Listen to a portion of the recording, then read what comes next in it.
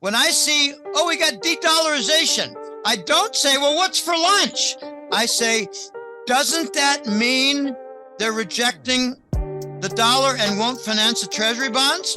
Doesn't that mean that we're going to have trouble rolling over the previous debt? Doesn't that mean that our banks are all going to die because of the 2008 Dodd-Frank financial regulatory bill that requires U.S. financial institutions to buy treasuries? By law? Doesn't it mean that all the big banks are going to die, this de-dollarization? Doesn't it mean that gold is going to go up to 5,000 and 10,000, this de-dollarization? The answer to all of those questions, not rhetorically delivered, the answer is yes, yes, yes, yes, yes. Yeah. De-dollarization is the end of the dollar and the beginning of the gold standard, and it's beginning to seep in.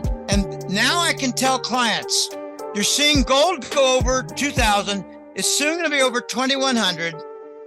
It's because of the perceived imminent treasury bond default. Yeah. We're not going to be able to finance. Let me ask you this, though, because what about the dollar relative to other currencies? Because, again, the consensus on, Wall Street is still that the dollar is like the tallest midget. They'd still rather have the dollar. What do you think? Tallest midget. I like that. Tallest midget. That's kind of parallel to the cleanest dirty shirt. Yeah. Yeah. But relative to euro and all those, and the European currencies and stuff. So, well, euro really. Well, let's talk about this Japan case because it's very interesting. Okay. Oh my goodness. I love telling this story, but it's hard to get all the individual items lined up. I'll do my best. It was September of 21. Okay. The Japanese began selling about $15 billion a month of treasuries, which is a huge amount. It's a huge amount. It might not sound like a lot. They did it every single month, and they sold eventually $180 billion of treasury bonds. Now, a lot of people mistakenly think that if they sold treasury bonds, then the dollar would go down in Japan. No, that is not correct. This is a paradox. This is not easy to wrap your head around. When the Japanese central bank sold treasury bonds, they did not keep the money, the proceeds, in the dollar. They went and bought some of their debt, and they went and bought a lot of gold. So they reduced their dollar reserves backing up their yen currency, and the yen went down. Let that sink in. The central bank in Japan did not keep the proceeds in dollar terms. And as a result, their dollar reserves backing up their currency went down, and their yen went down. They reduced their dollar reserves backing up their currency, and the yen went down, Tamara, 22%. Now, your background will probably comprehend that on an annual basis, a 2 or 3% move on a currency is big. Mm-hmm. 22% is what the yen went down in a 12-month period. It caused a gigantic problem with their government debt. Foreign countries saw big losses and dumped the Japanese government bonds. Mm-hmm. The Japanese responded by printing more money to cover and monetize their own debt, which brought about an acceleration of the decline in their yen currency.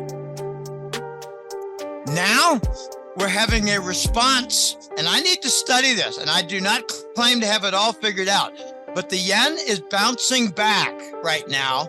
Mm-hmm. I think because they're letting it be known that they're quietly moving to a gold foundation for their currency. They're having a big increase in the gold reserves. Now, bear in mind, they're reducing their dollar reserves for the yen, but they're increasing their gold reserves for the yen and their banking system. Mm-hmm. So we're getting a positive response with the yen. Oh boy, this is very, very complicated for people who haven't thought much ever about foreign central bank Forex holdings. When a foreign country is an export giant and they have a surplus, they have a savings account. And the Japanese have been a big export giant for 30, 40 years. My brother bought a Toyota 40 years ago. I helped him on the decision. I used to drive it. He was part of the Japanese surplus engine. Mhm. When they have a big surplus, they don't buy U.S. property. They buy U.S. Treasury bonds called Forex reserves. Every central bank and monarchy sovereign wealth fund is dumping their treasuries now. They're buying gold. They're not hanging on to their dollar reserves. So when the Europeans and the British sell treasury bonds, if they don't maintain their dollar reserves, fortifying their currency will go down. It'll be paradoxical. And most analysts have not figured this out. They're thinking that they're going to be dumping the dollar and the dollar will go down. No, the dollar's going up. It's not going up because of a strong economy. The dollar's going up because they're dumping their dollar reserves, fortifying their foreign currencies. The dollar's not going up in Japan because we're strong. It's going up because they're selling treasuries and they're reducing their dollar reserves, fortifying their currency. You're having analysts all over the place saying the dollar's going up because the foreign nations are realizing the strength of the U.S. economy. We're collapsing. We're experiencing a treasury bond default. It is the opposite. It is a paradox. And that's why you need to sign up for the newsletter. Comprehend this. golden-jackass.com. We are not a strong economy. We are dying economy. That is such a great explanation. Well, thank you.